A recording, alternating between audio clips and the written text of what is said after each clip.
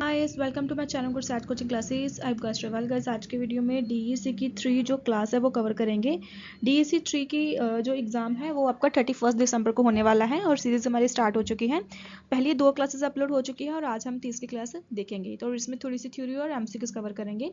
अगर डीईसी 1-2 की तैयारी नहीं की तो हमारी क्लासेस अपलोड हो चुकी है, प्लेलिस्ट बन चुकी है, जाके आप वीडियोस चेक कर सकते हो, अपनी तैयारी कर सकते हो। इसके साथ ही हमारा टेलीग्राम ग्रुप ज्वाइन कर लें, उसका लिंक आपको वीडियो के डिस्क्रिप्शन में मिल जाएगा। और डीईसी की न्यू एडमिशन्स भी स्टार्ट हो चुकी है, मैंने वीडियो अपलोड कर दी है। अगर आप हमारे थ्रू एडमिशन लेना चाहते हो तब भी हमें व्हाट्सएप मैसेज क्या है कर सकते हो।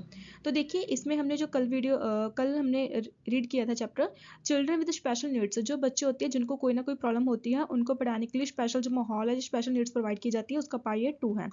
इसमें क्या है कि शारीरिक विकलांगता वाले जो बच्चों को शिक्षा और देखभाल कैसे दी जाती है उसके बारे में देखेंगे। जो दृष्टिहीन बच्चे होते हैं उनको कैसे पढ़ाया जाता है उसके बारे में देखेंगे।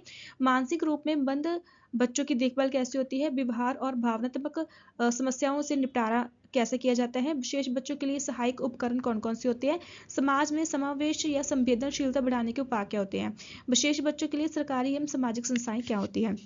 संक्षेप में है, ये ब्लॉग बताता है कि हर विशेष बच्चे को व्यक्तिगत ध्यान, प्रोत्साहन और सकारात्मक माहौल देकर बेहतर बनाया जा सकता है। नेक्स्ट अभी हम इंट्रोडक्शन देख लेते हैं।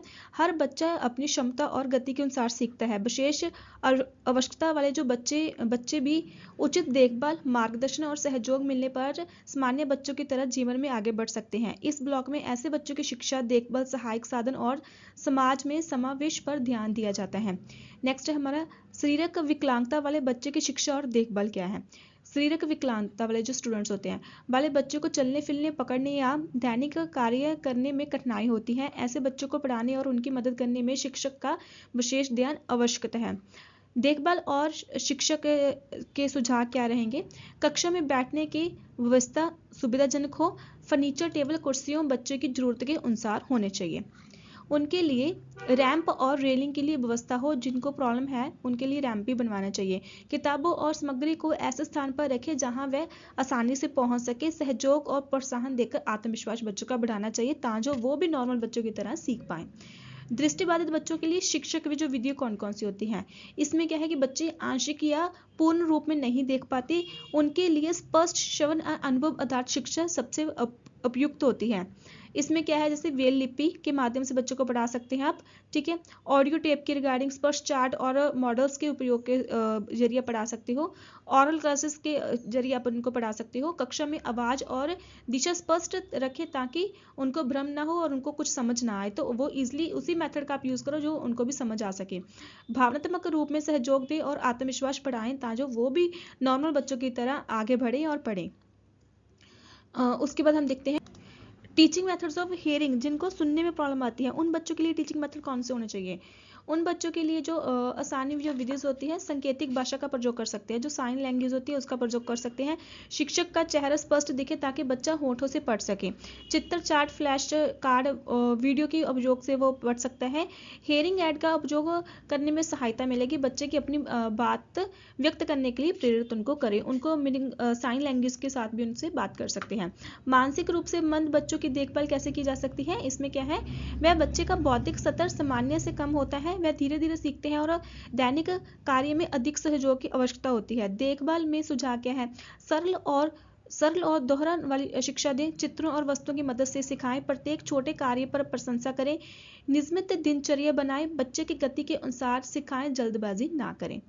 नेक्स्ट है हमारा व्यवहारिक एवं भावनात्मक समस्याओं से निपटारा कैसे हो सकता है। कुछ बच्चों में डर, गुस्सा, असहयोग या ध्यान की कमी से जैसे भावनात्मक कठिनाइयां होती हैं। शिक्षा और माता पिता के ऐसे बच्चों के प्रति धैर्य और समझ से काम लेना चाहिए। उपाय इसके क्या क्या हो सकते हैं।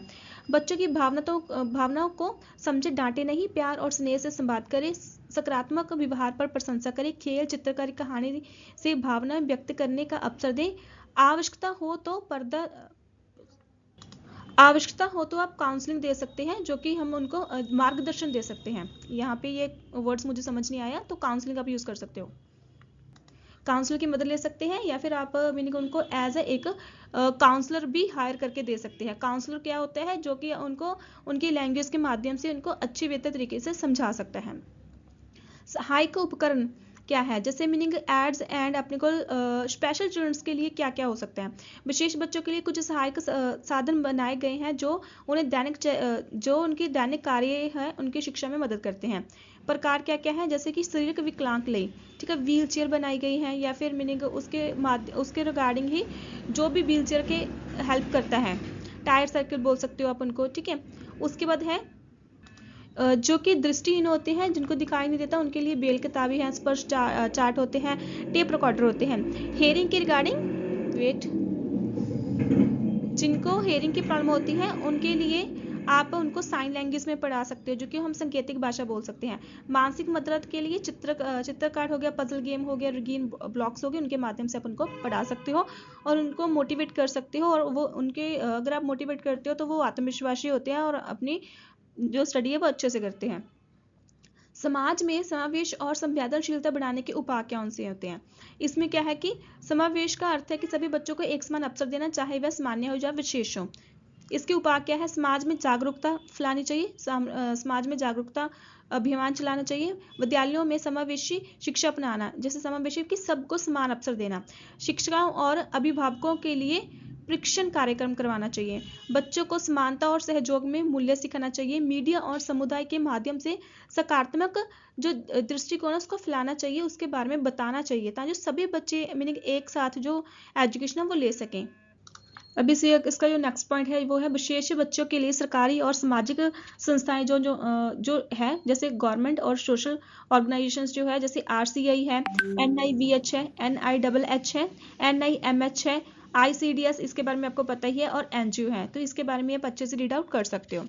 उसके बाद हम निष्कर्ष देख लेते हैं। हर विशेष बच्चे में किसी न किसी क्षेत्र में विशेष क्षमता होती है। यदि समाज, शिक्षक और परिवार मिलकर उन्हें प्यार, सहयोग और अवसर दें तो वो भी आत्मविश्वास, आत्मनिर्भर और सफल जीवन जी सकते हैं और सब बच्चों के साथ मिलकर वो पढ़ सकते हैं। अभी इसके हम 20 MCQs देख लेते हैं। इसी में DEC 3 चैप्टर है हमारा, DEC 3 के तीसरा ब्लॉक हम कंप्लीट कर रहे हैं। इसके अलावा आपके 2 ब्लॉक अभी और पेंडिंग है जो हम जल्द कवर कर लेंगे। बच्चे के लिए कौन सी लिपि प्रयोग की जाती है? ब्रेल लिपि। जो हेयरिंग के लिए बच्चों के लिए उपयुक्त भाषा का माध्यम कौन सा होता है? वो सांकेतिक भाषा। शारीरिक विकलांग बच्चे के लिए कौन सा उपकरण उपयोगी है? इसमें क्या है? व्हीलचेयर। मानसिक रूप में मंद बच्चे कैसे सीखते हैं? धीरे धीरे और दोबारा मीनिंग प्रैक्टिस करके। भावनात्मक कठिनाई वाले बच्चों को क्या देना चाहिए? प्यार और समझ देनी चाहिए। बच्चों के लिए कौन सी शिक्षा उपयुक्त है? अनुभव और आधारित शिक्षा। हेयरिंग एड किसके लिए उपयोगी है? इसमें क्या है? जो कि हेयरिंग के बच्चों को सुनने में जिसको प्रॉब्लम आती है। इंक्लूसिव, इनका अर्थ क्या है? सभी को समान अवसर देना। विशेष बच्चे के लिए कौन सी शिक्षा सबसे उपयुक्त है? समावेशी शिक्षा। विशेष बच्चे के लिए बेल किसके लिए बनाई गई है? दृष्टिहीन बच्चों के लिए। मानसिक मंद बच्चों के लिए कौन सी विधि प्रभावित है? चित्र और वस्तुआधारित शिक्षा। शारीरिक विकलांग बच्चे किसमें कक्षा में कहाँ बैठते हैं? सामने और आसानी से पहुंचने योग्य स्थान पर। श्रवणबाधित बच्चे शिक्षक की किस बात पर ध्यान देते हैं? होठों की हरकत पर, जिनको हेयरिंग की प्रॉब्लम होती है। व्यवहारिक समस्या वाले बच्चे को क्या नहीं करना चाहिए? सजा नहीं देनी चाहिए। NIMH का मुख्य उद्देश्य क्या है? मानसिक रूप में से मंद बच्चों की सहायता करना। RCI का पूरा नाम क्या है? इसका फुल फॉर्म है rehabilitation council of India. Next है हमारा जिनको प्रॉब्लम होती है, दृष्टिहीन जो बच्चे होते हैं उनको क्या नहीं देना चाहिए? प्रकाशहीन वातावरण। विशेष बच्चों में आत्मविश्वास कैसे बढ़ाया जा सकता है? प्रोत्साहन और सफलता की प्रशंसा करके। इंक्लूसिव से क्या लाभ होता है? भेदभाव घटता है और सभी बच्चों को समान बढ़ने का अवसर मिलता है। विशेष बच्चे के लिए समाज का क्या कर्तव्य है? अवसर और सम्मान देना, सभी बच्चों को समान बैठकर स्टडी करवाना। इस वीडियो में DEC 3 का 3rd ब्लॉक कंप्लीट हो चुका है। प्लीज़ आप ऐसे ही चैनल के साथ बने रहना, चैनल को सब्सक्राइब करना और वीडियो को लाइक करना, वीडियो को शेयर करना। Thank you.